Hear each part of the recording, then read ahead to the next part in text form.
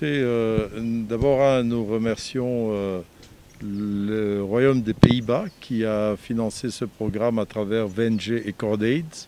C'était un programme d'appui à la situation sécuritaire, au renforcement de capacités au niveau provincial et au niveau des entités territoriales décentralisées.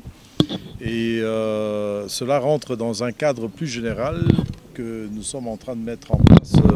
Cela a commencé avec le Sud Kivu, le Nord Kivu, l'Ituri aussi, d'interconnexion, de travail ensemble avec tous nos différents services pour pouvoir faire face à l'insécurité qui est finalement l'implication des citoyens, l'implication des différentes entités, parce qu'il y a parfois des acteurs qui regardent de loin ces situations et qui se posent des questions, qu'est-ce que le gouvernement fait?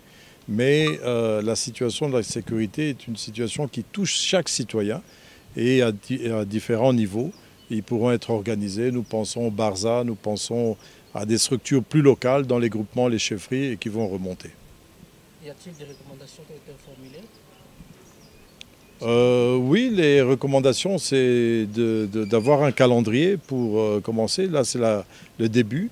Et nous, comme je le disais, nous remercions en tout cas tous les bailleurs de fonds parce que c'est une des composantes du programme d'aider des mobilisations des armements qui restent de l'apanage du gouvernement central ainsi que des FARDC et de la réinsertion, relèvement communautaire qui est de l'apanage des gouvernements provinciaux. Quelle assurance vous donnez à la population après cette formation?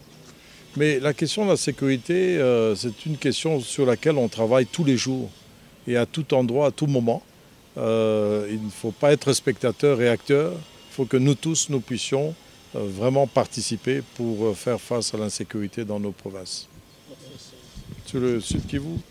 Non, la province du Sud Kivu, donc je crois qu'on m'a dit mon collègue, le Nord Kivu, le Sud Kivu et l'Ituri, ce sont les provinces qui sont frappées par les problèmes d'insécurité. Et c'est pour ça que nous nous battons tous ensemble avec mes collègues. Et là où on nous invite pour parler ou pour palper les questions de sécurité, nous sommes là. Donc, vous savez, il nous faudra des années. Ça fait déjà des années que nous recherchons la paix. Nous espérons que dans un avenir proche, on va trouver la paix. Mais c'est un long processus. Et comme l'a dit le collègue, ce n'est pas seulement une affaire des autorités, tant au niveau national que provincial, c'est une affaire de tout le monde. Et donc, je tiens aussi à saluer cette initiative qui est financée par le Royaume des Pays-Bas. Et il faut avoir les moyens. Et puis nous, au niveau des provinces du Nord Kivu, Sud Kivu et l'Ituri, nous avons implémenté une nouvelle approche, les DDR communautaires. Et nous espérons que ces travaux vont appuyer ces programmes, ces nouveaux mécanismes pour effectivement réinsérer, relever sur le plan communautaire les ex-combattants. Et quand vous parlez du DDR, il y a ce problème-là de la prise en charge des démobilisés qui revient toujours et se lance. Est-ce que vous avez évoqué cela à fond? Oui, mais effectivement, c'est ça la leçon. Nous avons regardé les mécanismes qui étaient là précédemment.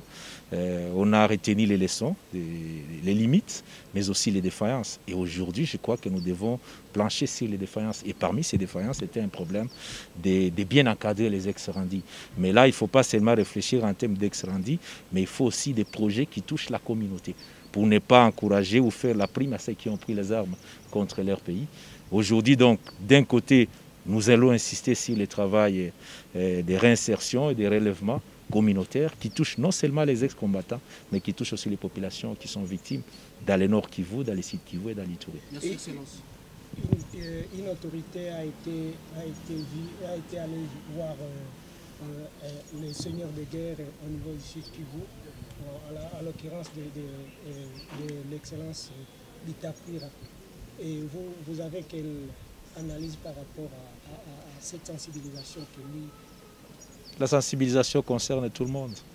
Ça concerne les autorités que nous sommes, ça concerne les autorités centrales, ça concerne les notables. Voilà, si on peut sensibiliser, on n'a pas besoin de savoir qui va sensibiliser. Ce qui est le plus important, est-ce qu'il a réussi à sensibiliser et surtout à regarder le processus qui suit après. Merci.